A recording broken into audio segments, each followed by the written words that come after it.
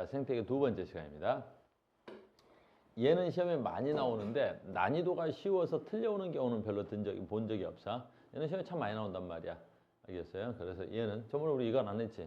거기까지 했지. 요건 아주 쉬운 거야. 그냥 그림 그대로 보면 되는 거야. 바로 뭐냐면 빛의 굴절이야. 다른 말로 하면 빛의 투과라고 해도 되고 굴절이라고 돼. 너희들 뭐 물리를 지금 여기서 배우는 건 아니니까. 알겠니? 빛은 굴절률이 다른데 뭐에 따라 굴절률이 다르냐면 파장에 따라서 굴절률이 달라.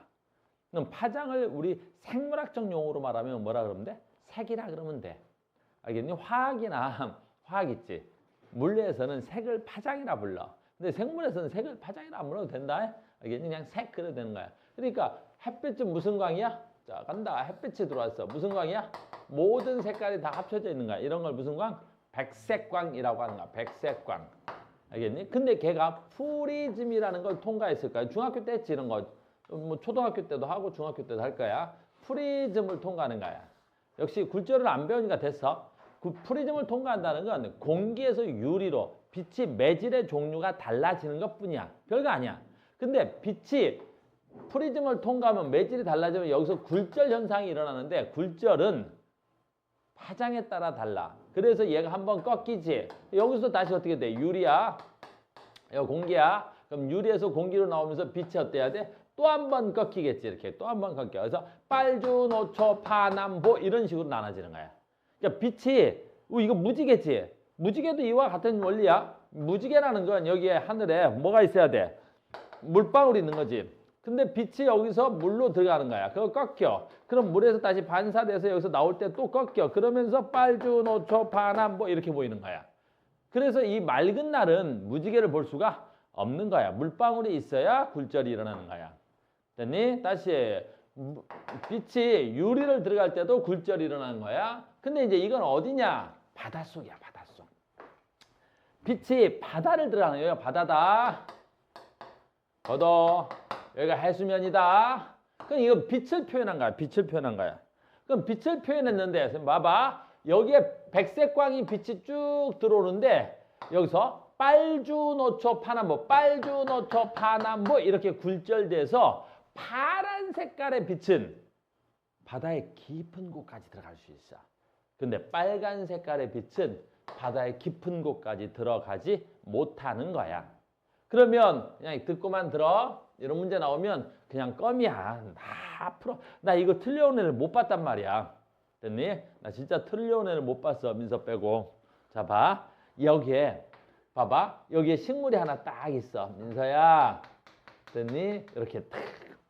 됐니? 여기가 약 200m 조금 전까지야. 한 200m 이내야 최대. 한 200m까지 썼어요. 가능하다는 소리야. 그럼 빛이 얼마까지 들어간 거야? 200m까지 빛이 들어간 거지. 근데 200m 근처를 갔더니 무슨 색깔의 빛만 들어와? 푸르딩딩한 빛만 들어오는 거야. 알겠니? 그럼 이 식물은 그 빛을 받아야 되겠지. 우리 전번에 배웠잖아.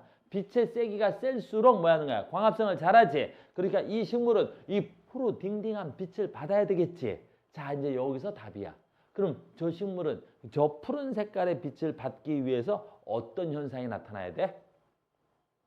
그거 하려고 하는 거야. 알겠죠? 됐니? 우리 수연이를 한다. 현준아, 제가 수연이야. 잘 봐. 수연아, 이거 무슨 색깔? 봤지? 제 생명이 아니잖아. 됐니? 현준아, 무슨 색깔? 보라색? 발음 똑바로 해봐. 무슨 색? 노란? 큰일 날 뻔했네. 알겠니? 그지? 말 잘해야 돼. 우리 생물 시간은 색깔 잘해야 돼. 안 그러면 생명 바로 된다고. 이거 무슨 색? 노란색이지? 이제 현준이 새로 왔으니까 한번 물어보자. 얘가 똘똘한지 똘똘한지. 현준아, 봐봐. 이거 왜 노란색이야? 앞뒤빵 자르지 말고 천천히 자세히 얘기해봐. 뭐라고? 노란색 가장 빛의 빛만을 건데. 앞뒤빵을 많이 자르니까 그지? 힘들어. 야, 선생도 앞뒤빵 다 자르고 말하면 힘들지 니네. 됐니? 야, 갑자기 뜬금없이 와가지고 여자친구 없지? 왜 없는지 아니? 커가지고 오빠 밥 먹을래? 밥 먹자. 이러면 돼 안 돼? 안 되는 거야. 밥을 먹으려고 하면 그지? 왜 밥을 먹어야 되는지 알겠니? 아니, 그럼 또 얘기가 산으로 가니까 그냥 하자. 봐봐. 이게 왜 노란색으로 보이는지 앞뒤빵 자르지 말고 요 형광등에서 무슨 빛이 나와? 그렇지. 백색광이 나오겠지. 그럼 얘는 모든 색깔을 다 흡수하고 노란색을 흡수하지 못하고 뭐 하는 거야? 반사하는 거지. 그래서 얘가 노란색으로 보이는 거야. 그럼 얘는 어때야 돼? 노란색을 제외한 나머지 파장은 얘가 뭐 하는 거야? 흡수해야 되겠지. 그러니까 우리가 겉으로 드러나는 색이란 그 색깔의 파장을 흡수하지 못하는 거야. 자, 그럼 이거의 원리를 반대로 하는 거야. 자, 얘는 뭐야? 청색광만 있는 곳이니까 이걸로 광합성해서 지가 살아가야 되겠지. 그러니까 청색광을 흡수해야 되는 거야. 청색광을 흡수해야 되는 거야. 그럼 청색광을 흡수하기 위해서 어떻게 해야 돼? 그렇지. 우리 미술 시간에 배웠을 거야. 청색의 반대색. 이런 걸 보색이라 그래. 보색. 그래서 이 식물의 표면의 색깔이 약간 무슨 색깔이야? 붉은 계열이어야 돼. 그래야 청색광의 빛을 잘 흡수하겠지. 그러니까 바닷속 50m 이상 들어가면 이런 녹색 식물은 잘 없어. 왜? 거의 푸른색 빛만 들어오니까 그 푸른색 빛을 흡수하기 위해서 지가 무슨 색깔이어야 돼? 그 푸른색의 보색 관계 색깔이어야 되는 거야. 됐어요? 이걸 뭐라 그랬는데? 깊이에 따른 식물체에 뭐가 달라지는 거야? 여기 있네. 파장이라 그래. 그랬더니 파장에 따른 서식지 변화가 되는 거야. 분포가 다른 거야. 됐습니까? 그러니까 다시 봐. 한 20에서 40m 사이에는 무슨 빛이 들어와? 노란색도 들어오고, 약간 노란색이야. 황색이라는 거. 청색도 들어오지. 그러니까 노란색을 가장 잘 흡수하는 게 무슨 색이야? 갈조류래. 갈조류. 그러니까 여기는 갈조류도 있고 무슨 조류도 있는 거야? 홍조류도 있는 거야. 됐습니까? 그러니까 얘는 녹조류는 어때야 돼? 얘네들 색을 다 흡수하는 거야. 특히 녹조류는 어때야 돼? 붉은색 파장을 가장 잘 흡수한다고. 나중에 우리 책에선 사라졌는데 옛날에 있었던 거야. 식물이 광합성이 가장 잘 사용하는 색깔이 붉은 색깔이야. 붉은 색깔. 그래서 붉은색 등이 가장 광합성에 영향을 많이 주더래. 그래서 식물은 전부 다 무슨 색깔을 흡수하고 싶은 거야? 붉은색을 가장 많이 흡수하고 싶은 거야. 그러니까 붉은색의 보색이 무슨 색깔이야? 녹색 계열이란 말이야. 알겠니? 그래서 얘네들은 붉은색을 자주 흡수하기 위해서 녹색이고 싶었던 거야. 근데 얘네들은 어떻게 돼? 여기에 붉은색이 파란 붉은 빛이 없으니까 여기에 녹색 식물이 있으면 어떻게 돼야 돼서 이 빛을 잘 흡수를 못 하겠지? 이해됐어요? 그래서 여러분도 혹시 집에 식물이 뭐 좀 애가 시들시들해 가면 무슨 등 켜주면 되는 거야? 붉은 색깔 빛을 켜주면 잘 살아나는 거란다. 이해됐니? 야, 이건 뭐야? 그냥 깊이에 따라서 빛의 파장에 따라서 바닷속에 서식하는 해조류의 분포가 달라지는 거야. 빛의 파장과 식물의 광합성의 관계야. 이것만 알면 되겠죠? 뭐 특별하게 어려운 건 별로 없습니다. 됐죠? 근데 이제 봐. 한 문제가 어렵게 출제될 예정인데 가장 어려운 문제가 출제되면 얘야. 생각보다 생태계 내에서 정답률이 많이 떨어지는 거야. 이거 수능에도 굉장히 많이 나오는데 생태계에서는 두 군데에서 난이도 조절을 할 수 있어. 수능에서. 알겠니? 생태계에서는 바로 얘하고 조금 이따 하나 계산 문제 할 거 계산하고 바로 얘야. 왜 얘를 갖다가 여러분들한테 난이도를 조절할 수 있는지 일단 얘기하고 이따 결론을 내드릴게요. 자, 갑니다. 꽃이 피는 거야. 개화 시기야. 근데 이 개화 시기인데 선생님 봐라. 우리는 이 개화 시기가 뭐에 가장 큰 영향을 받을 거라 생각했냐면 빛의 지속 시간, 즉 낮의 시간이 햇볕이 비추는 시간이 알겠니? 햇볕이 비추는 시간이 꽃이 피는 거에 영향을 받을 거다라고 아주 오랫동안 생각을 했어. 그래서 얘 봐. 낮의 길이가 길어. 그리고 밤의 길이가 짧아. 그래서 우리가 낮의 길이가 긴 식물, 즉 낮의 길이가 길어질 때 이렇게 해도 돼. 낮의 길이가 길어질 때 어제보다 오늘 낮의 길이가 길어져. 오늘보다 내일 낮의 길이가 길어져. 그러니까 낮의 길이가 길 때 또는 낮의 길이가 길어지는 그 과정에서 꽃이 피는 식물을 뭐라 그래? 장일식물이다 라고 뭐 한 거야? 이름을 붙였어. 그래서 이 꽃은 장일식물이야. 외워야 돼. 이름을 그렇게 붙였다 그랬지. 이 꽃은 봄꽃이야. 그러니까 봄꽃들은 대부분 어떻게 돼야 되겠어? 낮의 길이가 점점 길어지니까 장일식물이야. 됐습니까? 자, 봐라. 단일식물이 있더라는 거지. 낮의 길이가 점점 짧아지거나 낮의 길이가 짧을 때 뭐가 생겨? 꽃이 피더라는 거지. 그래서 낮의 길이가 짧거나 낮의 길이가 어제보다 점점 짧아질 때 그 짧을 단자를 써서 무슨 식물? 단일식물이라 그래. 이게 단일식물이야. 알겠니? 대표적으로 가을식물이 거기에 속하겠지. 가을 개화꽃. 뭐 있어? 가을꽃. 가을꽃 하면 제일 많이 생각나는 게 뭐야? 국화. 지금 밖에 국화 엄청 펴 있잖아.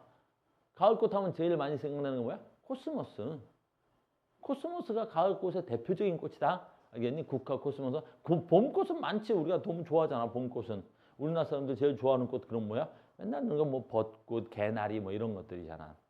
이해됐어요? 그 다음에 봄꽃은 뭐 장미도 있는데 근데 장미는 뭐 봄장미가 있고 가을장미가 있고 뭐 그렇다 돼. 그런 건 내가 잘 몰라서. 이해됐어요? 그래서 우리는 그 낮의 길이에 따라서 꽃이 피고 지는지 알고 이름을 그렇게 붙여놨단 말이야. 그럼 맞아 안 맞아? 잘 맞아. 선생님도 마찬가지야. 전에 한번 내가 해준 적이 있는데 선생님은 무슨 꽃을 좋아하냐면 나는 노란 색깔의 개나리를 좋아하는 편이야. 선생님 생각보다 노란색이 좋더라고. 눈에 확확 띄어서 그런가? 아무튼 난 노란색 꽃이 피면 되게 이쁜데 노란색 꽃이 뭐랑 같이 필 때 되게 이뻐?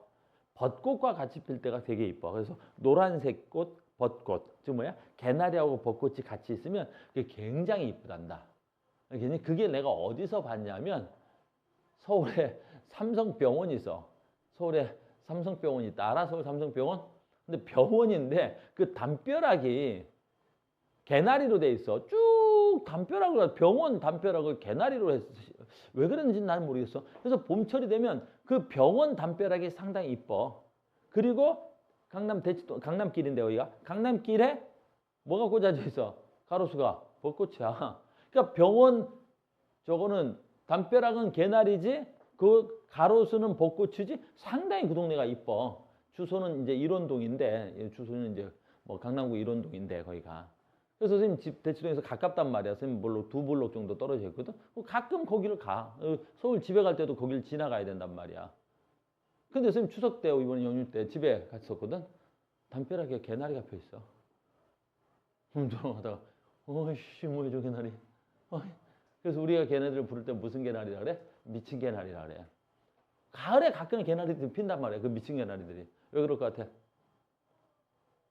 자, 이제 생각해봐. 생물학적으로. 왜 그래? 미쳐서? 바로 뭐야? 가로등 때문에 그래. 가로등. 알겠니? 그러니까 아마 가로등 켜는 시간이 좀 변했나 보지. 가을이 되니까 가로등을 좀 일찍 켰는지 어쨌는지 해서 얘네들의 낮의 시간이 좀 변화가 왔던 모양이야. 그래서 우리 가로등이 있는 데는 꽃이 잘 안 피거나 반대로 꽃이 잘 피거나 그래요. 때가 안 맞아. 알겠니? 그래서 가끔 봄에도 코스모스가 피는 봄꽃처럼 코스모스가 피는 경우도 가끔 있다. 자, 여기까지 이해됐냐? 됐다. 끝. 근데 지금부터 잘 들어야 돼. 그런 줄 알았어. 지금까지.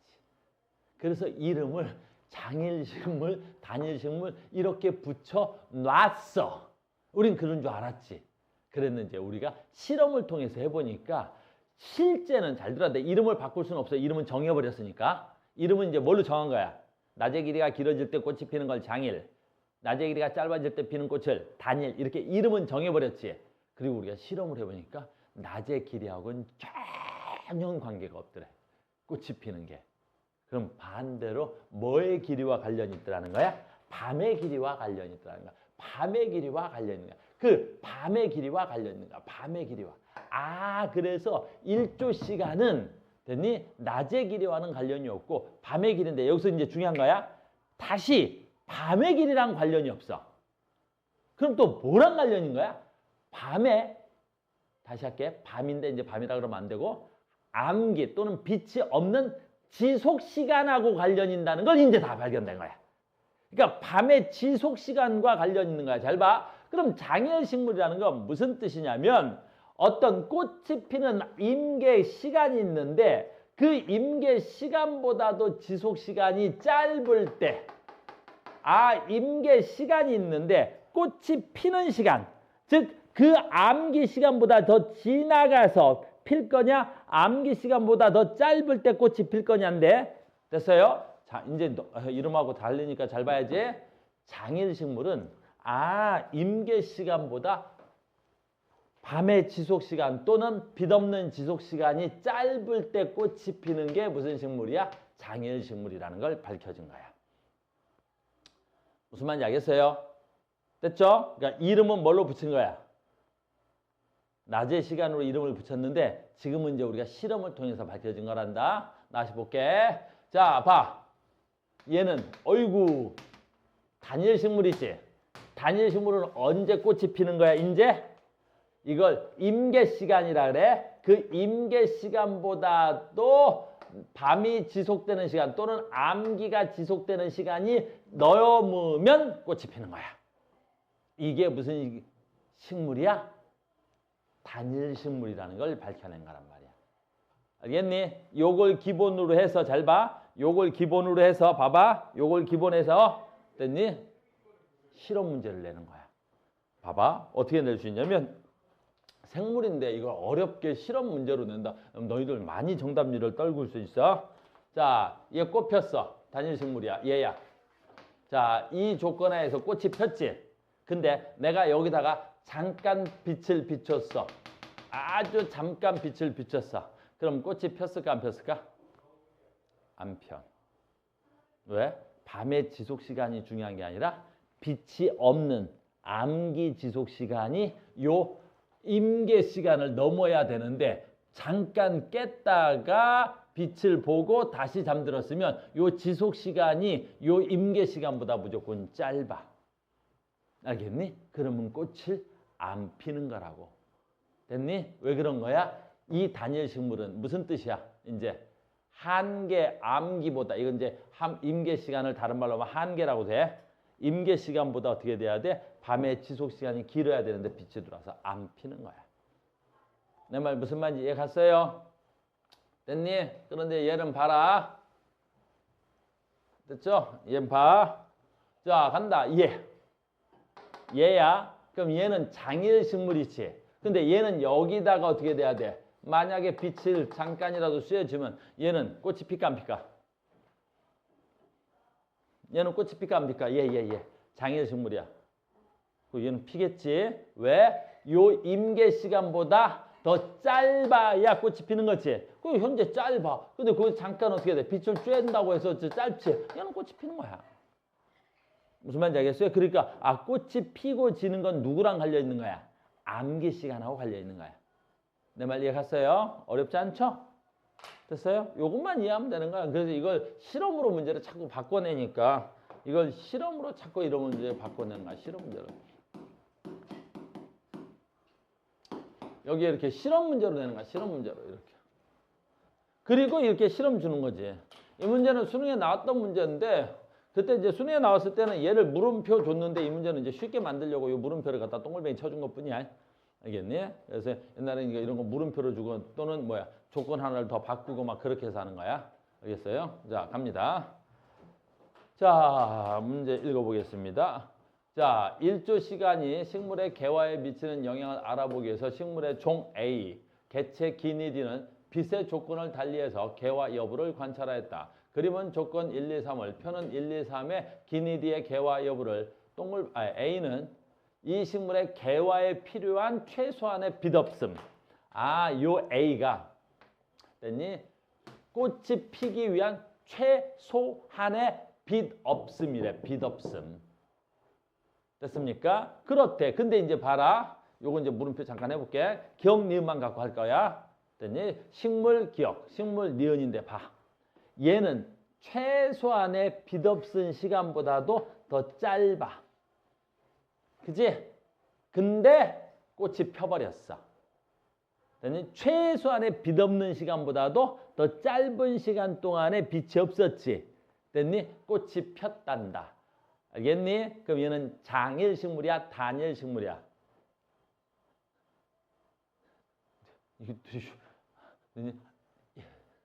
장일 식물이야, 단일이야? 왜? 소리를 내봐. 그래. 이제 봐라. 이제 지금의 목소리는 함시우군의 목소리를 들어보겠습니다. 됐니? 장일, 단일. 장일 식물이지. 낮의 길이가 더 길고. 됐니? 요때 꽃이 폈지. 이름 붙일 때는 그걸로 이름을 붙였거든. 이름 붙이는 건 낮의 길이로 이름을 붙였기 때문에 이제 근데 이때 꽃이 폈잖아. 됐습니까? 그래서 얘는 지금 무슨 식물이라는 걸 알 수 있어? 너 장일 식물이라는 걸 알 수 있어. 무슨 말인지 알겠습니까? 됐죠? 이 식물 같은 식물이야? 다른 식물이야? 아, 그래. 식물종 A 개체잖아. 그렇지? 됐죠?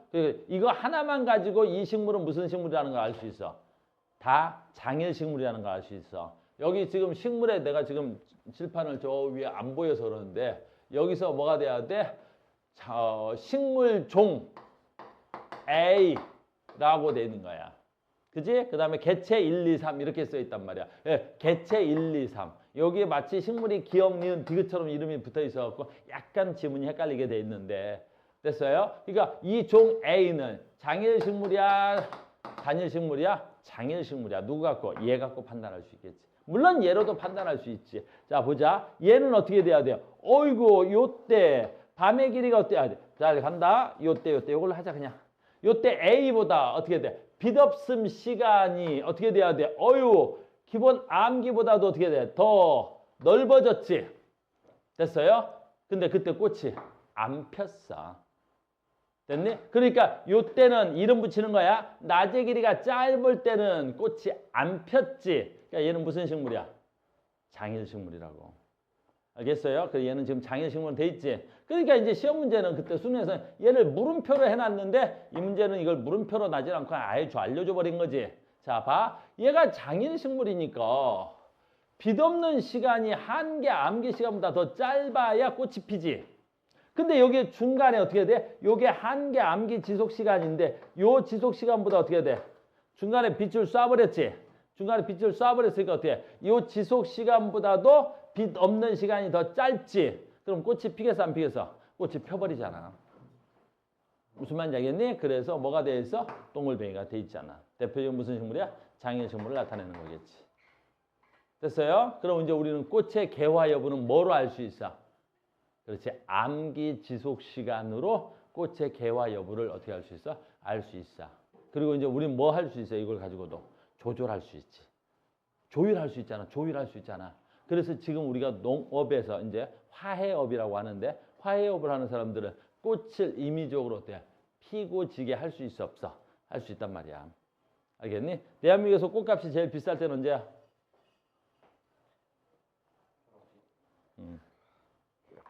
졸업식 시즌. 졸업식 시즌 때 뭐가 몰려 있어? 졸업식, 입학식, 또 그지? 뭐 화이트데이인가? 그다음에 뭐 화이트데이하고 뭐 있지? 발렌타인데이인가? 뭐 그런 게 몰려 있대요. 그다음에 뭐 로즈데이인가? 뭐 그때. 그래서 봄에 꽃값이 가장 비싸대. 알겠니? 그러니까 우리는 농부들이 뭐 하겠어? 어쨌든 간에 그때까지는 꽃이 어때? 안 피게끔 막아놔야 되겠지. 그래가지고 졸업 시즌에 꽃이 필 수 있도록 그렇게 하는 거야. 무슨 말인지 알겠니? 그런 거야. 그러니까 이건 실험으로 문제를 바꿔내니까 난도를 높이면 꽤 어려울 수 있어. 나머지는 어려운 건 없어. 나머지는. 이 실험을 분석하는 문제들. 우리 머릿속에 뭐만 하나 있으면 되는 거야. 꽃의 개화 여부는 뭐가 결정한다? 암기 지속 시간이 결정한다. 이름은 뭘로 붙였다? 낮의 시간에 꽃이 필 때, 길 때 꽃이 피느냐, 낮의 기간 짧을 때 꽃이 피느냐로 이름은 그걸로 붙인 거다. 알겠니? 이름을 붙일 때는 우리는 낮의 지속 시간으로 꽃이 피는 줄 알았었거든. 알겠니? 그럼 이름을 바꾸면 되잖아요. 안 돼. 한번 이름을 바꿔놓으면 그걸 바꾸기가 되게 어렵단 말이야, 과학에서는. 알겠습니까? 그렇게 그것만 알면 아무래도 응용 문제든지 여러분들 굉장히 쉽게 풀 수 있습니다. 자, 이제 나머지는 어려운 거 없으니까 조금 빨리 가겠습니다. 됐죠? 그 다음에 여기는 한번 읽어봅시다. 생물에게 어떠한 영향을 주는지, 온도, 물, 공기가 생물에게 어떠한 영향을 주는지. 자, 여기서부터는 또 여러 가지 조건이 있으니까 외워보자. 자, 갑니다. 여기서부터는 되게 중요한 건데, 자, 갑니다. 왜 여러분들이 이 문제가 나오면 틀리냐면 우리 전 시간에 잠깐 했는데 단어의 정의 때문에 그래요. 단어의 정의. 왜 단어의 정의냐면 지금부터 내가 한 30분 수업할 건데 뭐에 대한 얘기를 할 거야? 책 봐. 개체군의 특징 얘기할 거야. 개체군. 그럼 내가 개체군의 특징을 얘기할 거라고. 내가 지금부터 무슨 수업한다고? 개체군의 특징 한다는 거야. 그럼 지금부터 하는 수업은 전부 다 개체군의 특징이니까 개체군이 뭐지? 여러 마리인데? 그렇지. 한 종. 그러니까 지금부터 내가 하는 말은 다 한 종내에서 이야기를 하겠다는 거야. 알겠니? 그러니까 그걸 갖다가 저 뒷단원에 가면 이제 이거 안 넘어갈게. 저 뒷단원에 가면 군집의 특징을 내가 할 거야. 알겠니? 한 30분 이후에 내가 군집을 할 거야. 그럼 군집은 뭐의 특징이야? 서로. 그치? 종이 다른 새끼들끼리의 특성이겠지. 그럼 지금부터 하는 건 뭐야? 같은 종내에서 특징이겠지. 그럼 니네가 학교 선생님이 어떻게 하겠어? 그치? 개체군의 특징과 군집의 특징을 믹스해서 문제를 내버리는 거지. 그 애들이 뭐야? 그게 안 되는 거야. 그러니까 내용은 쉬운데 점수가 안 나오는 건 문제에 집중 그 단의 의미를 몰라서 그런 거야. 알겠니? 지금부터 내가 하는 말 전부 다 무슨 특징이라고? 개체군이야. 그럼 무슨 특징이야? 여기서 일어나는 모든 일들은 그렇지. 같은 종류의 특징이다. 알겠니? 그래서 개체군의 특징. 자, 첫 번째 개체군의 밀도. 아주 쉬운 거야. 개체군의 밀도. 근데 나 한번 봐. 나 봐봐. 되게 쉬운데. 지금 생물 배우지. 개체군의 밀도 할 거지. 그럼 개체군은 뭐야? 한 종을 얘기하는 거지. 그럼 봐라. 생물에서 인간은 한 종에 포함돼 안 돼? 인간은 한 종에 포함돼 안 돼? 포함되지? 그러니까 이걸 전부 다 뭘로 설명하면? 그렇지. 인간으로 설명하면 겁나 설명이 잘 돼야 되겠지. 인간도 개체군인데 뭘. 그럴 거 아니야? 인간도 개체군이겠지. 그러니까 인간으로 설명이 되는 거란다. 여기다 다 인간 때려 넣어도 싹 다 설명이 돼야 된다고. 인간도 하나의 개체고 우리가 모여있는 건 개체군이니까. 알겠어요? 그래서 봐봐. 예를 들어 볼게. 여기 뭐 참새 같은데 참새군의 밀도, 인간의 밀도 똑같은 거야. 인구 밀도. 자, 해볼까? 인구 밀도. 우리 나라를 기준으로 해볼까? 인구 밀도 어디가 커? 서울. 서울의 인구 밀도는 왜 커? 그치? 면적은 작고. 그리 사람들이 모여 들기 때문인 거지. 그러니까 인구 밀도가 높은 건 아주 간단한 거야. 왜? 서울이라는 땅덩어리는 한정되어 있는데 그 안에 사람들이 다 몰려오기 때문에 그런 거지. 알겠니? 그러면 인구 밀도를 낮추는 가장 좋은 방법은 뭐가 되겠어? 그 면적을 넓혀버리는 거야. 서울의 면적을 넓혀버리는 거야. 알겠니? 그래서 얼마 전에 정치적 발언 이상한가? 얼마 전에 뭐 그 경기도에 있는 뭐라 그래 그분들 군수야? 뭐 아무튼 김포시인가 김포군 그분이 나와서 뭐라 그래? 내년부터 우리를 서울에다 편입시켜버리겠습니다 하는 거지. 이론상 맞지? 갑자기 경기도가 어떻게 된 거야? 서울이 돼버리지. 그럼 면적이 더 넓어졌지. 그럼 인구 밀도는 떨어져 버릴 거 아니야. 알겠니? 뭐 그러신 분도 있어. 이론상 맞아. 알겠니? 아무튼 어떻게 해야 돼? 면적당 뭐가 돼야 돼? 개체수 비. 우리 그걸 갖다 뭐라 그래? 밀도라고 하는 거야. 그럼 인구 밀도를 줄이려면 가장 좋은 방법은 뭐 있겠어? 어차피 면적이 한계가 있다면. 그렇지. 여기 있는 인간을 어떻게 해야 돼? 내보내면 되지. 개체수를 줄이면 되잖아. 그러니까 서울에 살 인간들을 내보내버리면 된단 말이야. 내보내버리면. 알겠어요? 그래서 우리가 지금 하고 있는 게 뭐지? 서울에서. 얼마 전에 무슨 뭐야? 해수부? 해양수산부를 부산으로 이동시키고 국회는 어디다 이동시키고 대학교는 어디다 이동시키고 그런 짓을 하고 있는 거지. 우리가 뭐 하려고 하는 거야? 인구 밀도를 낮추려고 하는 거지. 그러니까 서울의 인구가 줄어들면 서울의 집값도 좀 싸지고 그러겠지. 그런 얘기야. 됐죠? 두 번째 바로 이 이야기잖아. 방금 했던 거지. 인구 밀도인데 아주 쉬운 거야. 됐니? 인구 밀도가 늘어나는 건 뭐야? 이입이야. 서울로 사람들이 몰려 들어오잖아. 사람이 서울로 몰려 들어오잖아. 왜 그러겠어? 거기에 모든 직장이라든가 모든 학교라든가 이런 것들이 다 있기 때문에 사람들이 서울로 가려고 그런 거 아니야. 무슨 말인지 알겠어? 그럼 인구 밀도가 증가하겠지. 그럼 인구 밀도 낮추는 건 뭐였어? 이출이지. 어쨌든 간에 서울에서 사람들을 빼내면 되겠지. 그러니까 어떤 하나의 공간 내에 이입이 들어오면 인구 밀도는 증가할 수밖에 없고 이출이 되면 줄어들 수밖에 없지. 금방 이제 출생률이 늘어나면 어떻게 돼야 되겠어? 인구 밀도는 증가할 수밖에 없겠지. 사망률이 늘어나면 어떻게 되겠어? 인구 밀도는 줄어들겠지. 그럼 우리나라의 인구 밀도가 증가하는 건 뭐야? 가장 대표적으로 애들이 안 낳지. 그 임금밀도 줄어야 된단 말이야. 서울의 임금밀도 가파르게 줄어야 된단 말이야. 그리고 맨날 나오는 게 뭐야? 초등학생들이 줄어든다 그러지. 근데 임금밀도 왜 점점 늘어나? 그 사람이 안 죽어. 사람이 옛날에 60만 먹어도 어때? 막 노인 취급받았단 말이야. 근데 요즘 60 먹으신 분들한테 노인이라 그러면 큰일 난다고 알겠니? 내가 60만 살아도 어때? 잔치했단 말이야. 오래 사셨다고. 지금 잔치한다면 큰일 난다고. 요즘 80 먹으신 분들도 어때? 굉장히 젊다라고 본인들이 생각한단 말이야. 안 죽는단 말이야. 그래서 임금밀도 늘어나겠지. 아무튼 그런 얘기야. 그러니까 그렇게 공부하면 되게 쉽단 말이야. 그래서 이런 것들이 시험 나오는 경우는 특히 드물지만 단어 때문에 한번 설명해 드렸습니다. 자, 얘는 시험에 많이 나와요. 엄청 나와요. 그래서 얘는 좀 외우셔야 됩니다. 자, 개체군의 생장곡선이야. 자, 봐. 개체의 생장곡선이야? 개체군의 생장곡선이야? 그렇지? 개체군의 생장곡선이야. 개체군. 그 무리들의 생장곡선이야. 그런데 인간은 좀 여기에 안 맞지만 다른 생물들은 굉장히 잘 맞단 말이야. 왜 인간은 잘 안 맞냐면 인간의 출생률은 뭘로 해? 그치? 의지에 의해서 어떻게 돼? 조절이 되는 거야. 의지에 의해 조절된다는 건 무슨 뜻이야? 피임이 가능하다는 소리야. 인간만 피임이 가능한 거야. 근데 어떻게 돼? 모든 생물들은 피임이 불가능하지. 그래서 어떻게 되냐면 쥐 같은 애들 있지. 쥐. 쥐는 한 번에 새끼를 낳으면 6에서 8마리씩 난대. 알겠니? 그리고 1년에 2번, 3번씩 새끼를 난대.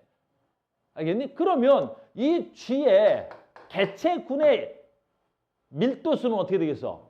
기하급수적이지. 쥐가 2마리만 있어도, 아니 2마리만 있어도 암수가 됐니? 그럼 다 한 번 출생해서 한 6, 8마리 돼버리겠지. 그럼 그것들 중에 또 다시 교배해서 몇 마리가 되겠지. 3, 40마리가 되겠는데 그럼 다음 출생에서는 어떻게 되겠어? 수백 마리 금방 되겠지. 그래.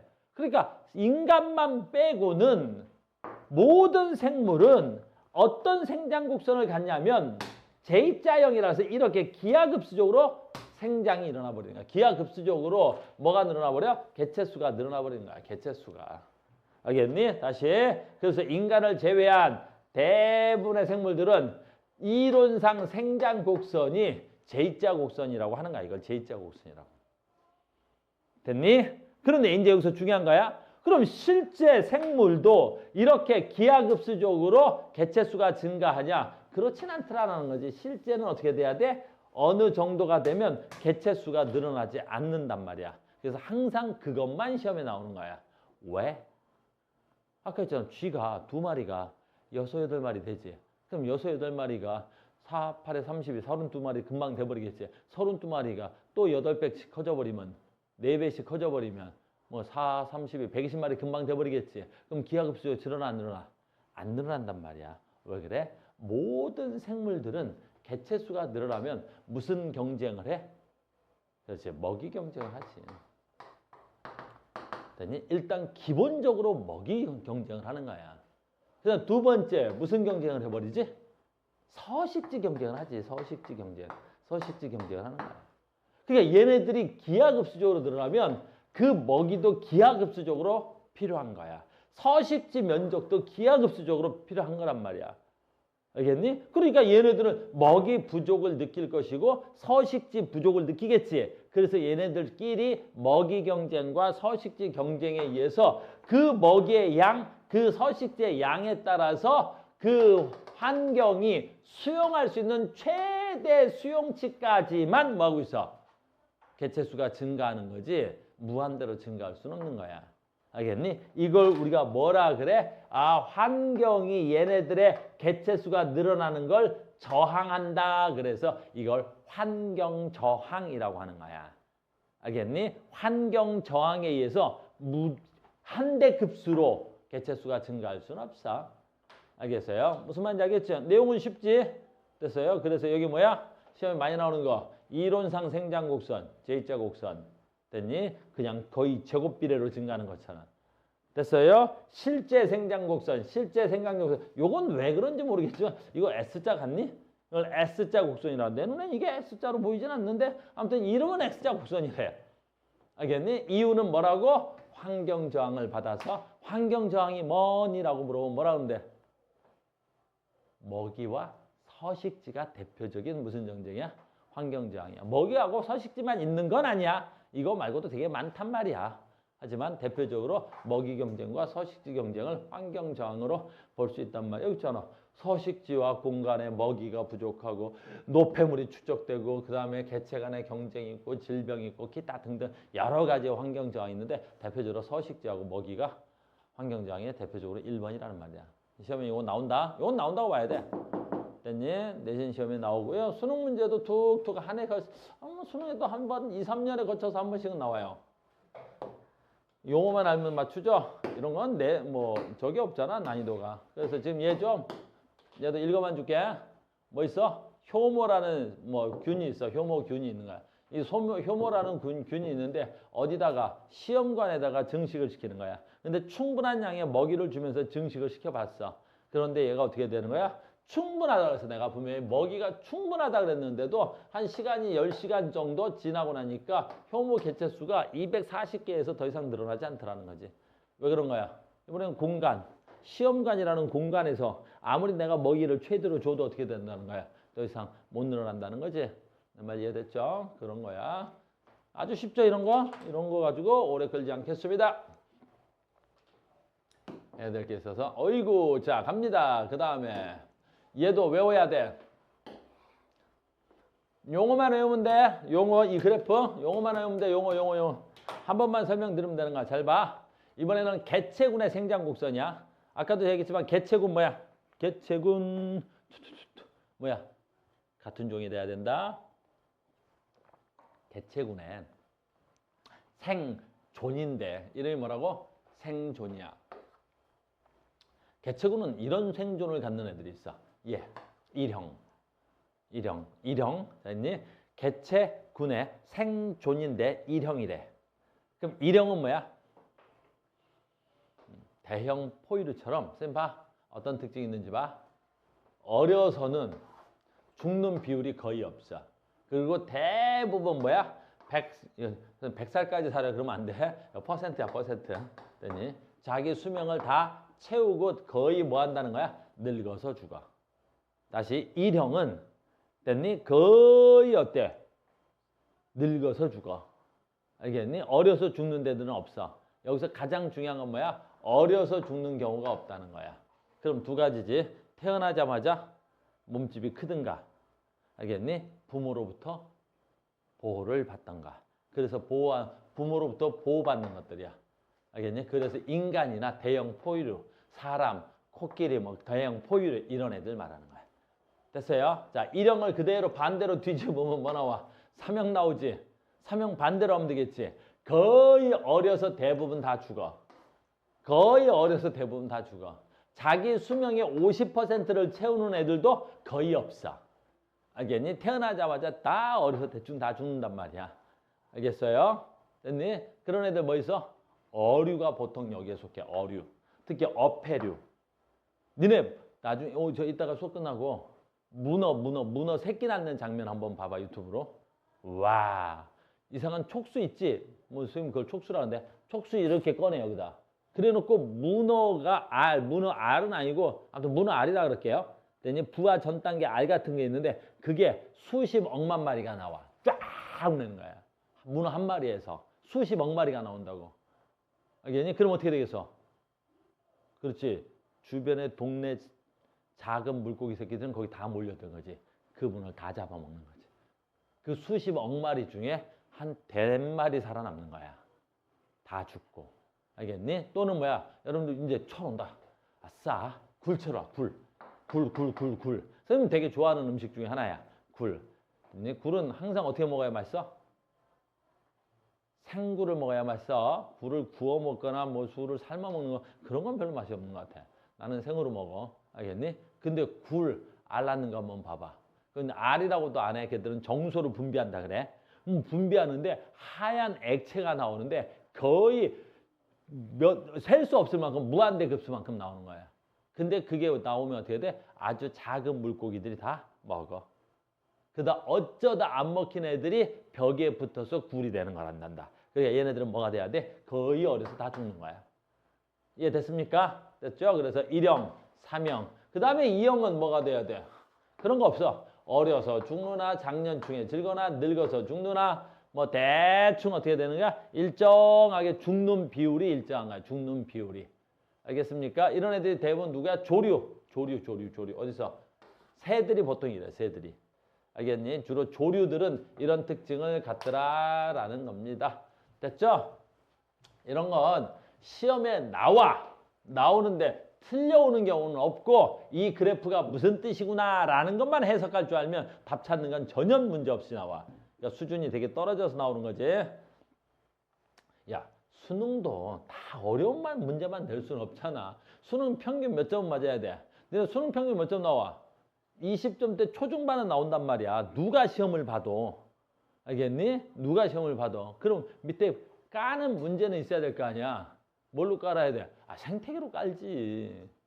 알겠니? 그러니까 우리가 아무리 공부 안 해도 이 문제는 답이 이걸 것 같은데 이런 것들이 있겠지. 그런 거야. 자, 요것도 마찬가지야. 됐니? 이것도 마찬가지야. 그래프로만 나오고 읽으면 답은 다 나와. 됐니? 뭐 있어? 이번엔 봐. 개체군의 연령 피라미드인데 여기 봐. 그 연령 피라미드인데 요 이름이 중요한 거야. 요 이름. 그 개체군이 그 특정한 환경에서 앞으로 발전 가능성이 있구나. 이 개체군은 발전되겠구나라는 거지. 됐니? 봐봐. 우리 치악산이야. 그래서 치악산이라고? 그럼 치악산의 다람쥐의 개체군을 봤는데 이 다람쥐가 멸종될까? 앞으로 다람쥐는 이 치악산에 잘 살아남을까? 앞으로 발전 가능성이 있을까? 그걸 알아보려면 어떻게 해야 돼? 치악산에서 다람쥐 100마리를 잡아보면 되는 거야. 근데 다람쥐 100마리를 잡아봤는데 잡은 애들이 대부분 다 어려. 알겠니? 그리고 잡아본 다람쥐들이 늙은 다람쥐가 거의 없어. 이게 위로 올라가서 연령이야. 그러니까 늙은 다람쥐는 거의 없고 젊은 다람쥐들만 많아. 그러면 이 치악산에 있는 다람쥐 새끼들은 어때? 이 치악산에서 개체군으로서 아주 발전 가능성이 있는 애들이야. 멸종 위기는 거의 없어. 왜 그러겠어? 어린 놈들은 많고 늙은 애들은 적다는 거지. 내 말 이해됐어? 그러면 이 개체군은 어떻게 해야 돼? 그 환경 생태계 내에서 아주 발전할 수 있는 애야. 근데 봐라. 반대로야. 내가 치악산에 올라가서 다람쥐 100마리를 잡아봤는데 다 늙은 다람쥐야. 그리고 거의 젊은 다람쥐는 없어. 잡아보니까 새끼 다람쥐들은 거의 보기가 힘든데 전부 다 다람쥐 새끼들 어때? 늙어가지고 어때? 잘 못 걷는 애들만 있어. 다 늙은 다람쥐만 있어. 그럼 그 치악산에 있는 다람쥐라는 종은 어떻게 되겠어? 앞으로.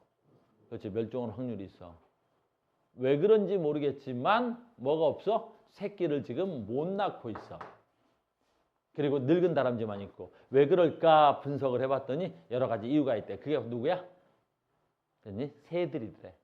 그래서 우리가 이걸 조사해서 알아낸 것 중에 굉장히 독특한 거 있었단 말이야. 뭐 있었어? 그 깊은 산골에 새들에 대한 개체수를 알아봤어. 새. 알겠니? 근데 새들이 뭡니까? 다 늙은 새만 있고 젊은 새들이 없더래. 이게 뭐지?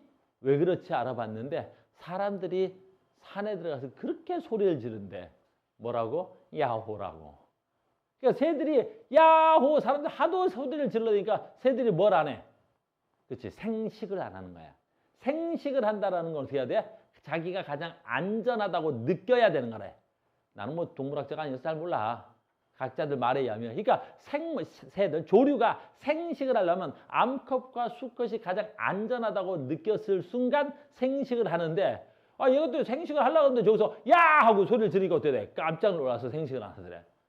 새끼를 안 낳고 알을 안 낳아. 그러다 보니까 어떻게 돼? 애들이 어린 새들이 없고 다 늙은 새들만 있더래. 그래서 그게 알게 된 뒤로 앞으로 산에서 뭐 금지? 야호 금지 알겠니? 또 봤어? 산에 가서 야호 해봤지 너? 또 가서 또 미영아 사랑해 한 거 아니야?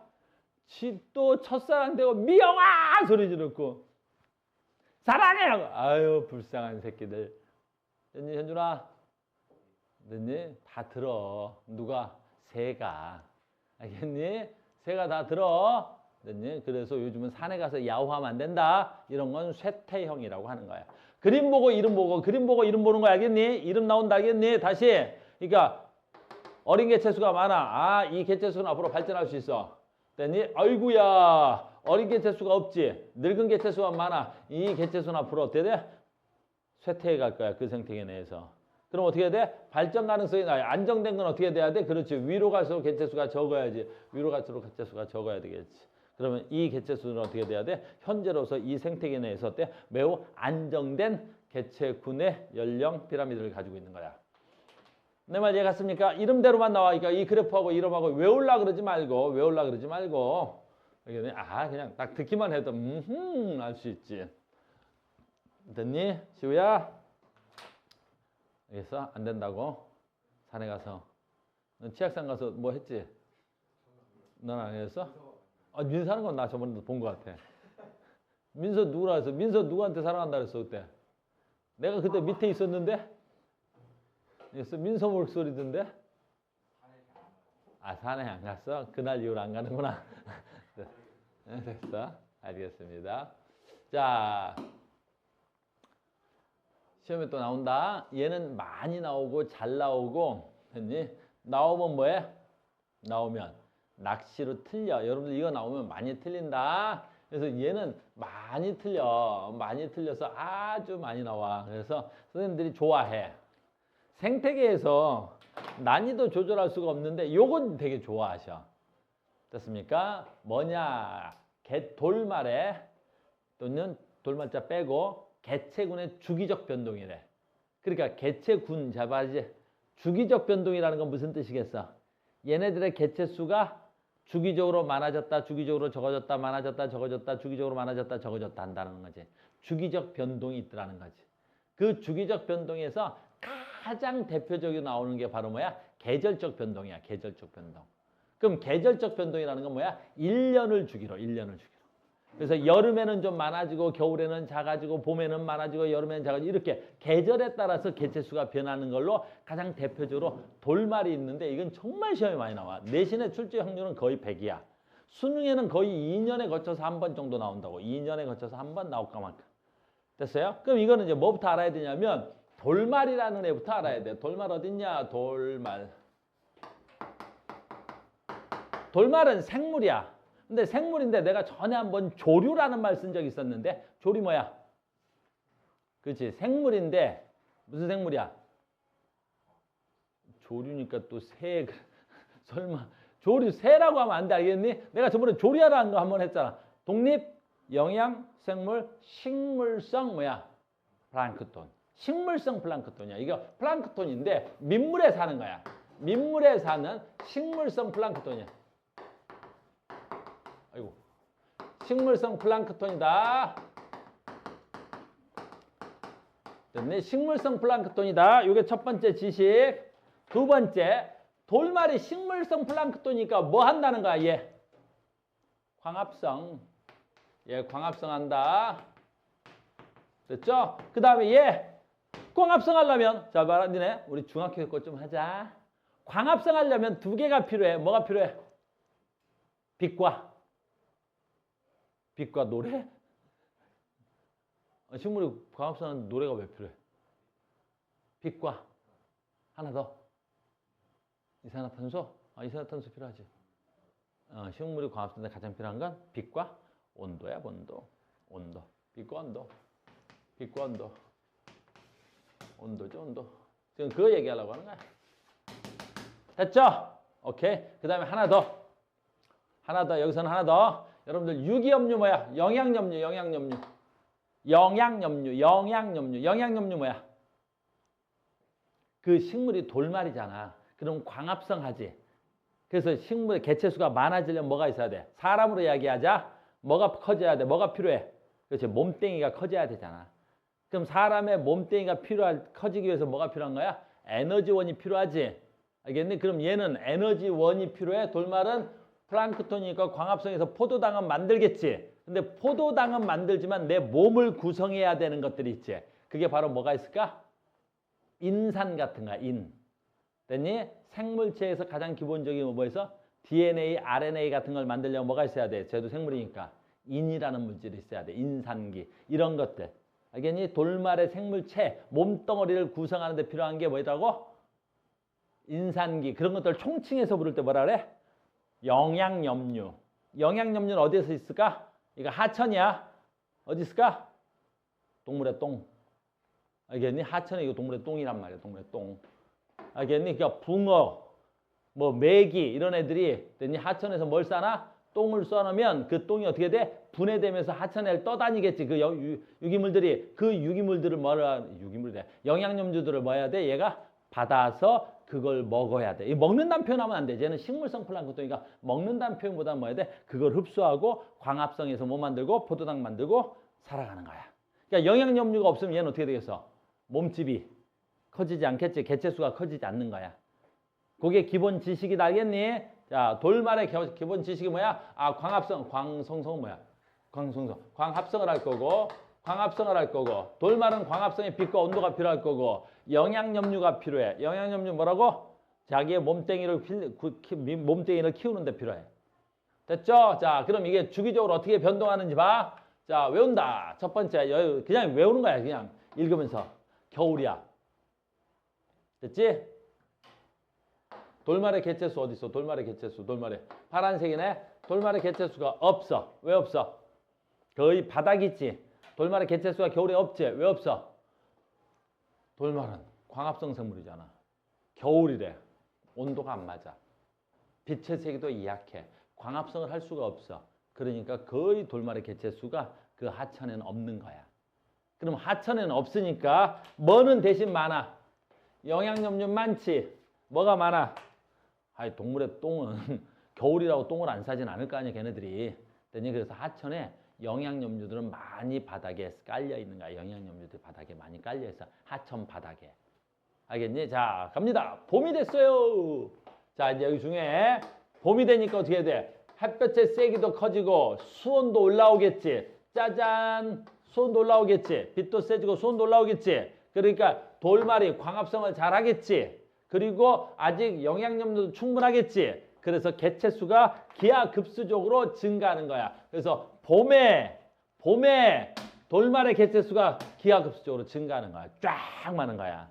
하천에 봄에 돌말의 개체수가 막 늘어난다고. 자, 여기까지 됐어? 근데 계속 무한히 늘어나거나 계속 일정하게 개체수를 유지하지 못해. 왜 그럴까? 그렇지. 그 개체수가 폭증하면 그 개체수가 뭐가 필요해? 영양염류가 필요하다고. 영양염류가. 알겠니? 그럼 얘네들 영양염류를 쫙 끌어당기지. 영양염류 끌어당기면 어떻게 돼? 계속 끌어서 돼. 영양염류가 없어. 그래서 봄에 영양염류가 쭉 떨어지는 거야. 이렇게. 알겠니? 또 이상한 소리 하면 안 돼. 이거 가르치는데 어떤 새끼들 이런 엉뚱한 소리 하면 안 돼. 알겠니? 그러면 선생님 봄에는 물고기가 똥을 안 싸요? 죽여버린다. 없는 게 똥을 안 싼 게 아니라 뭐가 늘어난 거야? 영양염류가 늘어나다 보니까 걔네들이 너무 많은 양의 영양염류를 흡수한 거지. 그러니까 동물들이 아무리 똥을 싸내도 어떻게 해야 돼? 영양염류를 다 흡수해버린 거야. 알겠니? 그래서 여기 봐. 영양염류가 거의 바닥으로 떨어진 거야. 영양염류가 거의 바닥으로 떨어진 거야. 그러니 돌말의 개체수가 어때야 돼? 기하급수적으로 다시 뚝 하고 떨어지는 거야. 이해됐니? 그래서 여름이 참 독특해. 여기가 여름이 독특하지? 여름이 독특하잖아. 왜? 아, 얘는 광합성 생물이니까 빛도 좋아. 온도도 좋아. 근데 돌말의 개체수가 안 늘어나 버리는 거지. 이유는 빨리 해. 영양염류가 없어서. 영양염류가 없어서. 알겠니? 그래서 여름에 되리어 돌말의 개체수가 작은 거야. 알겠니? 그 다음에 여기 봐. 가을이 왔어요. 가을이 왔어. 가을이 왔어. 가을이 왔어. 오! 가을이 왔지? 가을이 오는 순간 가을에 축적된 영양염류가 갑자기 어떻게 돼? 쓱 증가해. 알겠니? 여기는 축적된 영양류가 쓱 증가한다고 되어 있는데 그냥 하천에는 가을이 되면 다른 생물들의 뭐야? 생식기관이어서 갑자기 어떻게 돼야 돼? 영양염류가 증가해. 그거는 뭐야? 동물의 생식 주기랑 관련이 있는 거야. 어쨌든 하천에 잠깐 뭐가 돼야 돼? 영양염류가 증가하지. 그럼 아까 우리가 돌말의 개체수가 증가하지 못했던 건 뭐 때문이지? 영양염류가 없어서지. 근데 하천에 영양염류가 갑자기 증가하지. 그러니까 요때 잠깐 돌말의 개체수가 증가해. 근데 문제는 이때 가을이었는데 내가 좀 더 증가할 수 있어. 더 증가할 수 있어. 딱 그랬는데 어떻게 돼? 아이고 빛의 세기가 떨어지고 수온이 떨어져 버리는 거야. 이런 영양염류는 쭉 늘어나 주는데 수온과 온도가 떨어지고 빛의 세기도 떨어지니까 다시 돌말의 개체수는 가을에 왜 개체수가 증가하다 말아? 이번에는 수온이 떨어지고 빛의 세기가 떨어져서 그런 거야. 알겠니? 됐어요? 그래서 다시 가을, 겨울 동안에 돌말의 개체수가 없어. 그럼 봄이 되면 다시 어떻게 돼? 개체수가 늘어나서 여름 되면 개체수가 줄어들고 더니 초가을에 잠깐 늘어났다 가을에 개체수가 줄고 겨울에 줄다가 봄에 늘었다가 줄고 늘었다가 계속 이렇게 반복되는 거라고. 이걸 개체군의 뭐라 그래? 주기적 변동이라 그래. 개체군의 주기적 변동. 알겠니? 이 돌말의 주기적 변동은 시험에 많이 나오는 편이야. 꼭 알고 계셔야 되겠습니다. 라는 거죠. 됐죠? 그래서 돌말이 광합성 세균이구나 이런 것하고 영양염류는 그냥 그 돌말이 몸짓을 불리는데 필요한 물질이야. 알겠니? 인산이 그래. 동물이 또. 자, 포식과 피식인데 이것도 물론 틀려온 친구들 없는데 가끔 이것 때문에 틀려온 애들이 있는데 자, 봐. 포식과 피식에 의해서 개체군의 주기적 변동이야. 포식자가 뭐고 피식자가 뭐야? 포식자가 뭐 하는 놈이야?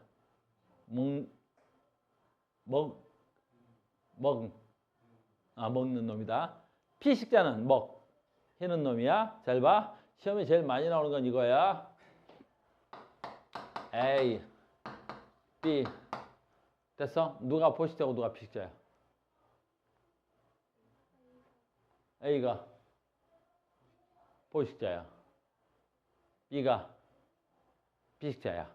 맞아? A가. 됐어?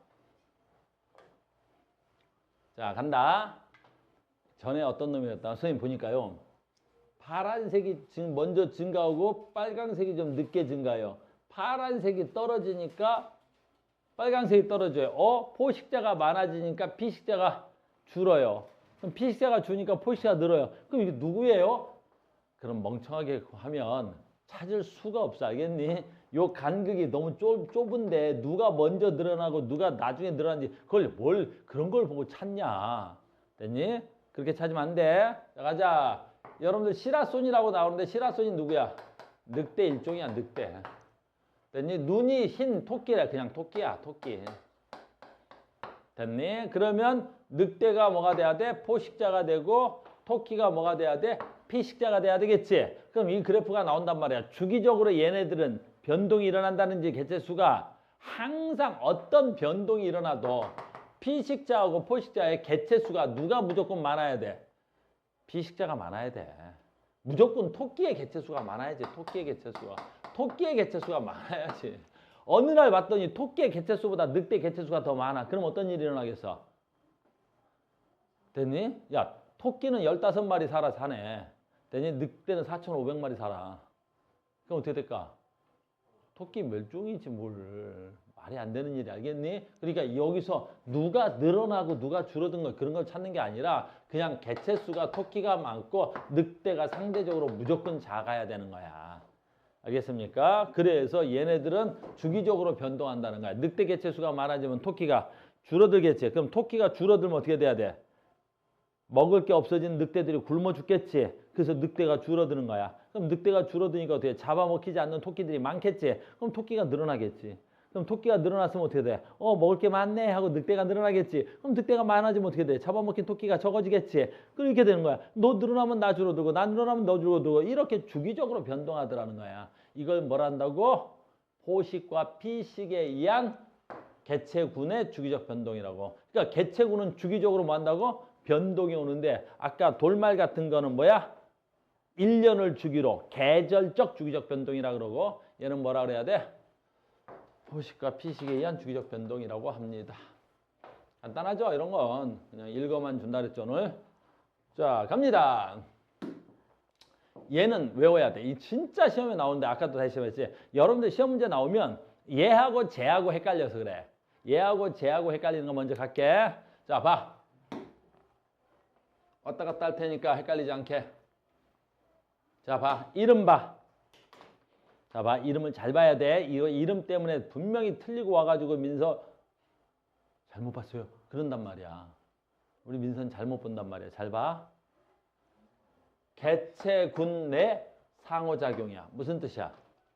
개체군 내 상호작용이니까 같은 종끼리의 상호작용이어야 돼. 같은 종끼리. 알겠니? 같은 종끼리야. 알겠니? 근데 봐. 갔다 올게.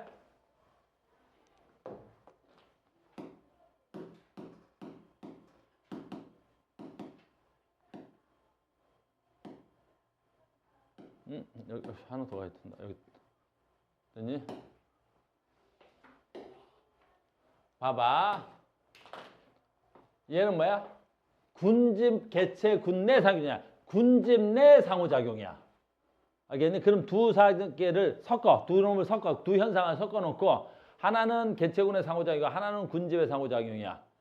그래 놓고 뭐라 그래? 누가 개체군의 상호작용이야? 누가 군집의 상호작용이야? 라고 묻는단 말이야. 그렇게 묻는 거지. 그렇게. 분명히 그렇게 물어볼 거란 말이야. 그래서 현상 네 가지를 주고 개체군의 특징을 찾아라. 개체군 내 상호작용 특징을 찾아라. 군집 내 상호작용 특징을 찾아. 이럴 거란 말이야. 알겠니? 그럼 차이점은 뭐야? 너무 쉽잖아. 개체군 내 상호작용은 뭐야? 개체군 무슨 뜻이야? 개체군. 한 종. 같은 종 내에서 상호작용이 일어나는 거야. 군집 내는 그렇지. 다른 종. 알겠니? 그래서 너희들 맨날 나오는 게 이거야. 진짜 어마무시하게 틀려온다. 진짜 이렇게 엄청나게 틀려온다고. 됐니? 엄청 틀려온다고. 알겠니? 봐. 애기 집신벌레하고 집신벌레야. 애기 집신벌레하고 집신벌레야. 그래갖고 얘네들이 뭐 이렇게 경쟁해가지고 이 새끼야 딱 그림 나온다고. 알겠니? 그럼 딱 나온다고. 알겠니? 그럼 보기에 딱 나온다고. 개체군 내 상호작용이다. 딱 그러면 어때? 왜수 와후 딱 떼있는 거야. 왜 그랬더니 선생님 여기 애기 집신벌레 집신벌레요. 그럼 집신벌레하고 집신벌레인데요. 걔네들 종이 달라요? 달라요? 어떻게 달라요? 집신벌레하고 집신벌레인데요. 얘는 애기 집신벌레고 얘는 그냥 집신벌레인데요. 이 새끼 집신벌레 새끼 아니에요? 죽여버린다. 무진장한다고. 알겠니? 얘네들 뭐라고 그럴 거야? 종간 경쟁이라고 할 거야. 조금 이따 하자 이거는. 그래서 얘는 종간 경쟁. 그러니까 종이 다른 새끼들끼리 경쟁했다니까 종간 경쟁이야. 그러니까 얘네들은 어떻게 돼? 개체군 내 사균형이 될 수가 없어. 근데 이것만 시험에 나왔다 그러잖아. 그럼 어떻게? 광분하고 집어던져. 와후! 집신벌레, 애기 집신벌레 같은 종, 개체군의 상호작용, 예스, 3번이 맞아요. 틀렸다 그랬더니 왜요? 너 틀렸다니까? 그럴 리가요. 100점이라니까요. 분명히 그럴 거란 말이야, 민서야. 안 그런다고 내가 진짜. 다시 간다. 이따 그거는 조금 이따 가서 하고 지금 할 거는 봐. 이름 되게 조심해야 되겠지? 이름 외울 거야. 텃세. 뭐야? 자, 봐. 제목이 개체군 내 상호작용이니까 텃세를 부려. 텃세는 뭐야? 그렇지. 같은 종내 얼룩말과 얼룩말이 내 영역에 얼룩말이 하나가 들어온 거지. 아까 우리 앞에서 했지. 됐니? 개체군의 특징은 개체수가 무한히 증가할 수 없는 가장 큰 이유가 뭐야? 먹이 경쟁과 서식지 경쟁이지. 근데 내 공간에 다른 얼룩말이 들어오면 내 먹이가 내가 먹을 수 있는 먹이 경쟁 내에 경쟁자가 들어왔잖아. 그러니까 걔를 물리치려고 경쟁하는 거지. 알겠어요? 여기도 까치가 있지. 이 까치들도 굉장히 되게 심해요. 자기들 영역이 있어요. 너네 까치들 막 하늘에서 싸운다. 왜 그래? 이 까치는 여기가 내 영역이란 말이야. 근데 다른 까치가 들어오면 왜 경쟁하는 거야? 내 먹을 게 사라지잖아. 알겠니? 그래서 먹이 경쟁하는 거야. 그러니까 텃세를 부린다라는 건 무슨 뜻이야? 얼룩말, 까치, 은어, 물개 등 어떤 놈들끼리 텃세를 부려도 무슨 뜻이야? 그렇지. 무슨 거야? 종간, 아이고, 됐니? 뭐 해야 돼? 텃세를 부리는 거지. 알겠니? 그 너는 혹시 집에 강아지 키우니? 강아지 한 마리 키우니? 근데 강아지 한 마리가 또 들어왔어. 그럼 뭐라 그래? 기존에 있던 강아지가 이번에 들어온 강아지는 어떻게 돼? 텃세를 부린다 그러는 거지. 무슨 말인지 알겠니? 됐어? 근데 봐라. 내가 강아지 키우지. 근데 집에 고양이가 들어왔지. 그럼 우리 강아지가 어떻게 해야 돼? 고양이한테 그러지. 그럴 때 뭐라 그래야 돼? 텃세 부린다 그러면 엄마한테 맞는 거야. 엄마, 우리 강아지가 텃세 부려. 아유, 하고 모래놨더니 강아지하고 고양이인데 강아지가 고양이한테 텃세를 부린다고? 그건 종간 경쟁이야, 이 새끼야. 그러는 거 알겠니? 그건 종간 경쟁이지 그건 텃세가 아니잖아. 지금 이 말이 무슨 뜻인지 몰라서 못 듣는 애들도 있어 지금. 현중이 물어보잖아. 현중아 강아지가 한 마리 살고 있는데 강아지가 들어왔어. 강아지가 강아지한테 가 그러면 텃세 알겠니? 근데 강아지를 키우고 있었는데 고양이가 한 마리 입양돼서 들어왔어. 그럼 강아지 새끼가 고양이한테 가 그건 텃세가 아니야 알겠니? 뭐라 그래야 돼 그건 종간 경쟁이라 해야 되는 거야. 알겠어? 그건 텃세가 아니야. 공부를 잘해야 용어들 잘 쓰는 거 알겠지? 왜? 생활 속에 그런 건 알고 살아야 될 거 아니야. 나중에 여자친구가 알겠어? 그렇지? 종간 경쟁을 하는 건지 텃세 부리는 건지 잘 봐야 될 거 아니야. 알겠어? 오늘 바빠서 가자. 됐어요? 텃세. 알겠어? 텃세. 그러니까 텃세 부린다는 말 있죠? 그래서 우리도 텃세 부리고 막 그러죠? 우리 생활 속에도 텃세라는 말은 많이 쓰잖아요. 됐니? 학교에 전학생이 왔단 말이야. 전학생이 와가지고 막 텃세 부르는 애들이 있고 막 그러지. 두 번째, 순이제. 요거 되게 조심해야 돼. 자, 봐. 나 봐.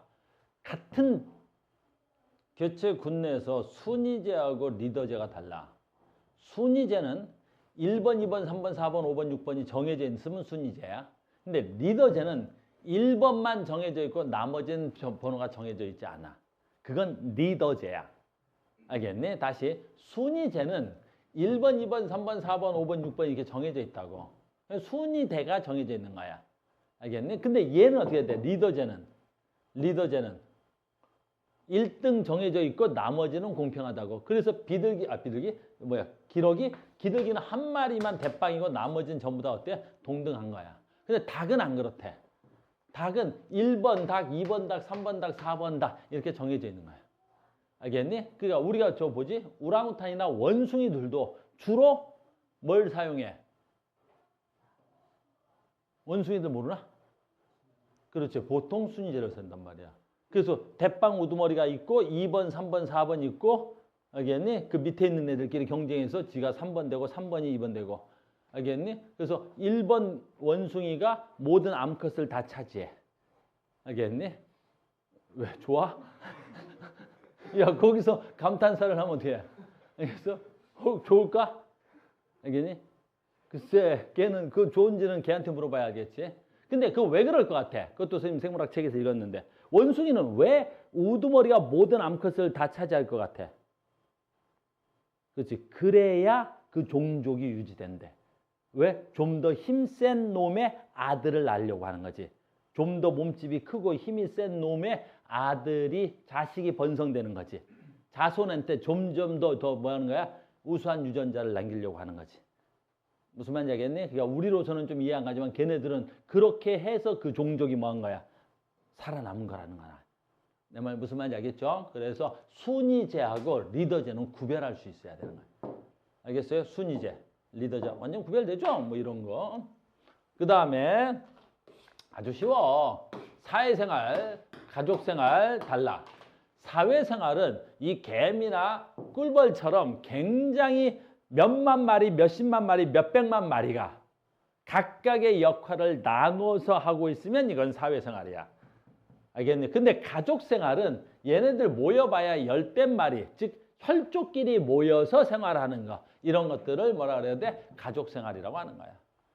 됐니? 그럼 인간은 사회생활이야? 가족생활이야? 그렇지. 사회생활이지 인간은. 알겠니? 인간은 사회생활이겠지. 인간 사회생활이야. 각각의 역할을 다 나눠서 하고 있는 거겠지. 전에 어떤 놈이 인간은 그랬더니 인간은 무슨 리더제라는데 왜 그랬더니 뭐 대통령이 있고 나 나머지. 뭐라고? 그럼 대통령 있고 나 똑같냐 그랬더니 아니야. 그럼 대통령 있고 국무총리도 있고 국회의원도 그러면 순이제예요? 아니야. 사람 순이면 너는 그러면 47,564번이니 너는? 그럼 얘는 145,756번이고 말이 안 되는 거야. 사람은 뭐야? 가족생활, 사회생활에 속하는 거다. 알겠니? 각각의 역할을 맡아서 일하는 거고요. 가족생활은 그냥 가족생활 너무 쉬운 거니까 넘어갈게요. 됐다. 그래서 얘가 뭐야? 개체군의 특징이야. 개체군의 특징이야. 그래서 개체군의 특징은 여러분들 문제 너희들이 풀어도 되겠죠? 난도가 되게 낮아. 여기서 큰 특징은 뭐가 있어야 돼? 하나만 지켜야 되잖아. 뭐만 지키면 돼? 개체군의 특징은 그렇죠. 같은 종내에서 이런 특징들이 나타나는 거야. 같은 종내에서. 알겠니? 순위제든 리더제든 이런 다 같은 종이라는 거야. 자, 가겠습니다. 이제부터 봐. 자, 빨리 가야 되네. 생각보다 조금 늦어졌어. 군집은 뭐야? 군집은. 이제부터 나오는 거야. 군집. 그 이제부터 나오는 거야. 군집. 무슨 뜻이야? 이번에는 군집이니까 이제 서로 종이 다른 새들끼리의 어떤 특징이 나타나냐. 생태계 내 환경, 생태계 내에서 생물이고 생물 권역에서 서로 종들이 다른 애들끼리는 어떤 특징이 나타나? 이 뜻이란 말이야. 그럼 종이 다른 애들끼리는 어떻게 나타나? 먹이 사슬처럼 나타나지. 자, 또 한번 보자. 먹이 사슬하고 먹이 그물의 차이점은 뭐야? 그 용어 잘못 써가지고 틀려온 애들이 있어서 가끔. 먹이 그물하고 먹이 사슬의 차이점은 뭐야? 그 사슬은 그지 한 라인으로 가는 거야. 한 라인. 라인 하나로 가는 거야. 잘 봐. 여기 뭐 있을까? 풀. 여기 뭐 있어? 쥐. 여기 뭐 있어? 뱀. 여기 뭐 있어? 독수리. 그래서 이 라인 하나로 가자고. 그랬더니 풀. 생산자. 쥐. 야, 쥐가 풀 먹냐? 그지? 이건 좀 알아봐야 될 거 아니냐? 먹어? 모르겠다. 좀 알아보자. 됐니? 뭐 있어야 돼? 뱀. 됐니? 그 다음에 독수리 뭐 이렇게 있다고. 그 이 라인이 하나로 쭉 돼 있지? 여기 먹이 사슬, 먹이 그물. 사슬. 그게 얽히고 살켜 있어야 그물. 이렇게 되겠죠? 이런 거야. 시험에 나온다고 하지 뭐 나오긴 하겠는데 이런 걸 틀려온 사람 본 적 없으니까 넘어갈게요. 다음에 여기 봐. 먹이 지위. 우리는 먹이 사슬을 만들어냈는데 먹이 사슬에 의해서 뭐야? 먹이 지위가 나타나는. 그 얘를 뭐라 그래? 생산자 1차, 2차, 3차, 마지막 소비자. 이런 식으로 해서 개체굴의 먹이 사슬에 의해서 차지하는 걸 위치를 먹이 지위라고 하는 거야. 먹이 지위. 그러니까 우리가 지금까지 초등학교 한 4학년 때 저걸 처음 배웠을 건데 초사 때 됐니? 생산자다, 1차 소비자다, 2차 소비자다, 3차 소비자다라는 건 그건 뭐야? 먹이 지위로 우리가 얘네들을 단계를 나누는 거라고. 근데 우리는 공간 지위로도 나눌 수 있어. 근데 공간 지위로도 나눌 수 있는데 요건 나눌 때 딱 어디라고 나누기가 좀 힘들어서 우리 책에서 그냥 이름만 나와. 생물을 나누는데 뭘로 나눌 수도 있다? 공간 지위로도 나눌 수는 있다라는 거지. 그래서 봐. 생태적 지위에는 먹이 지위와 공간 지위로는 나눌 수 있어. 그럼 공간 지위를 어떻게 나눠요? 라는 건데 잘 봐. 어떻게 나눌 수 있어? 육상생물, 해양생물, 그 다음에 무슨 생물? 하늘에 사는 생물. 이렇게 나눌 수는 있는데 이게 딱 정해지지가 않아. 그래서 그냥 그럴 수 있다. 무슨 소리인지 못 알아듣지? 해볼게. 됐니? 자, 오리. 육상생물이야, 해양생물이야? 오리가? 오리가 육상에 지가 있어봐야 얼마나 있겠어. 먹이 잡으러 물고기 가야지. 오리 물가에 가서 물고기 잡아먹어야 되잖아.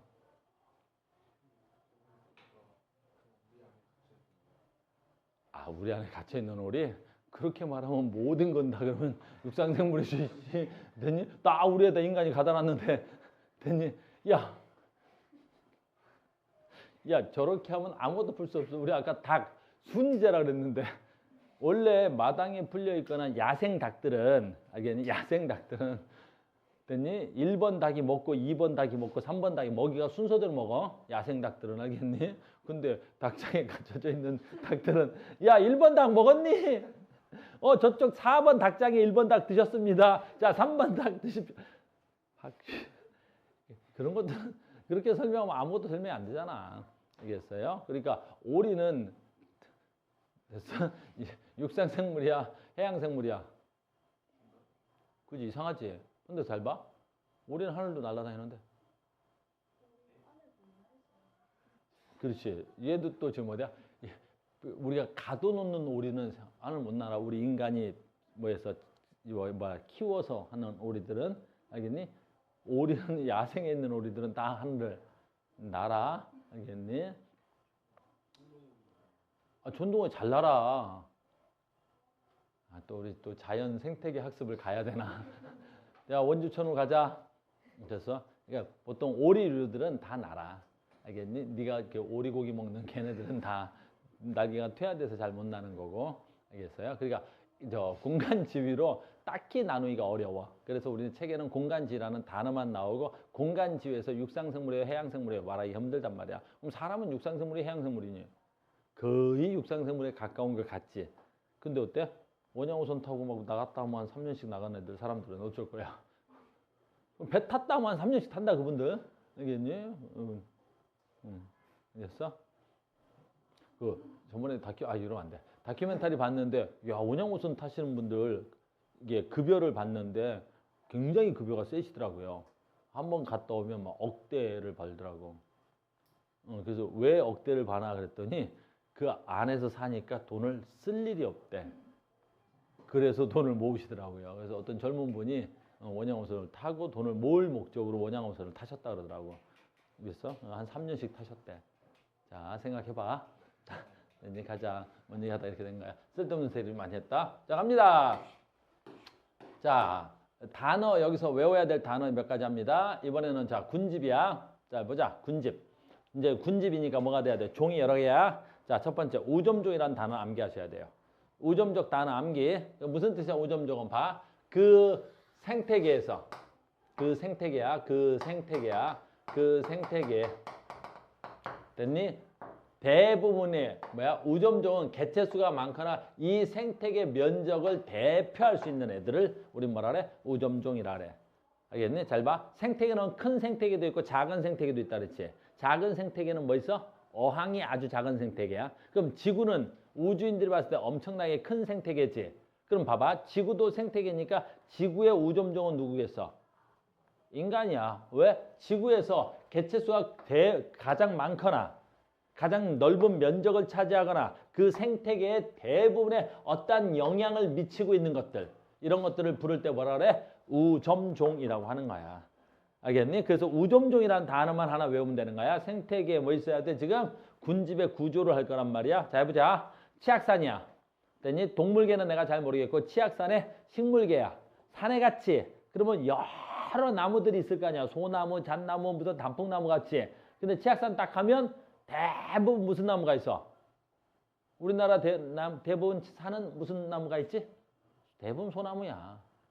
알겠니? 우리는 대부분 소나무지. 그러니까 우리나라 산은 90%가 소나무가 심겨져 있다고. 무슨 종이야? 우점종이야. 알겠니? 그 이유도 좀 얘기하자. 그 이유는 우리나라 산은 됐니? 자연이 만든 산은 거의 없어. 우리나라 산은 대부분이 무슨 산이야?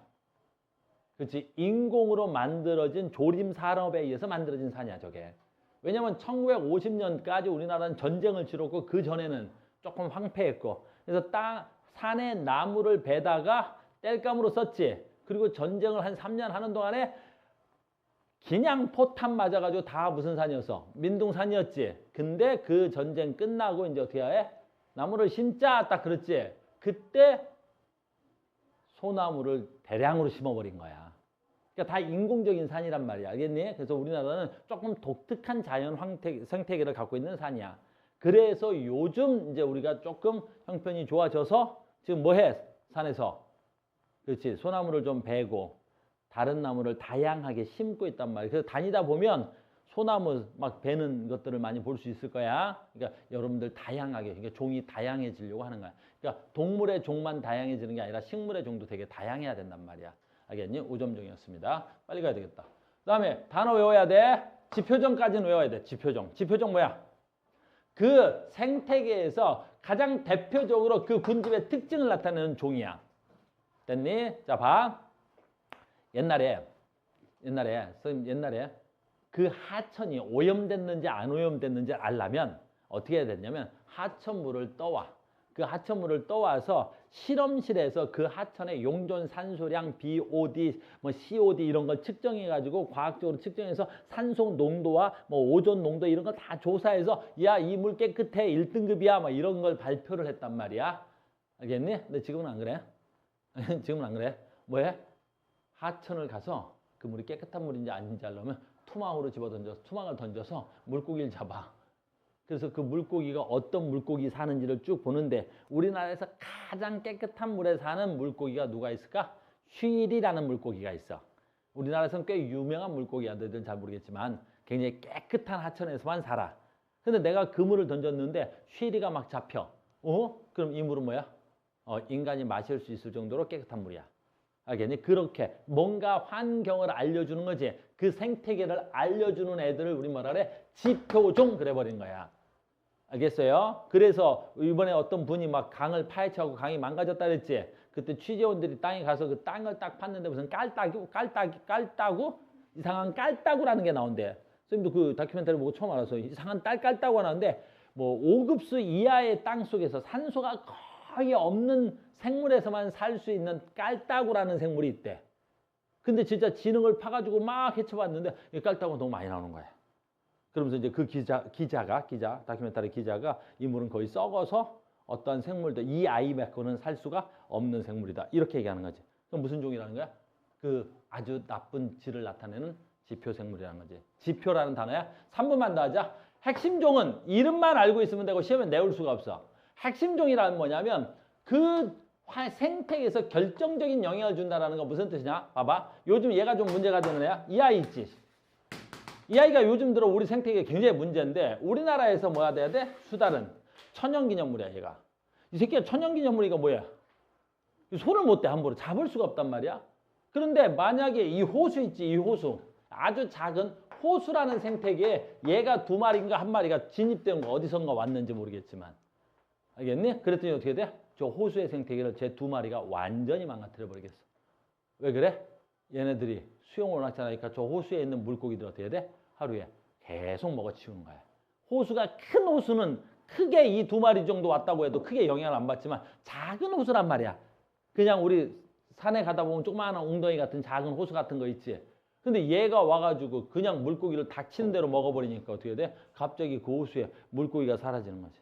그럼 1차, 2차 사라지면 그 다음부터 다 사라지겠지. 그러니까 얘는 겨우 1마리 내지 2마리밖에 안 되잖아. 근데 이 생태계를 얘가 완전히 망가뜨려 버리지. 이거 뭐가 돼야 돼? 핵심종이라고 하는 거란다. 근데 얘는 시험에 낼 수 없어. 왜? 얘가 핵심종이라고 딱 정의할 뭐가 없어서 그래. 근거가 정확하게 안 와.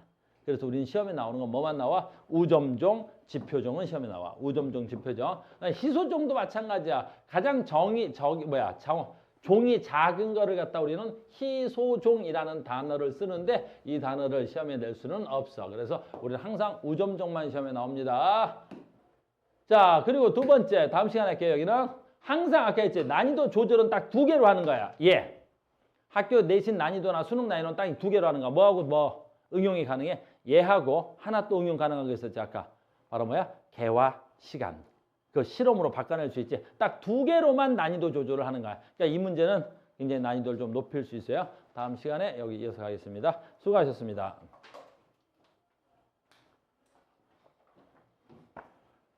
아이고, 프로 오셔야 합니다.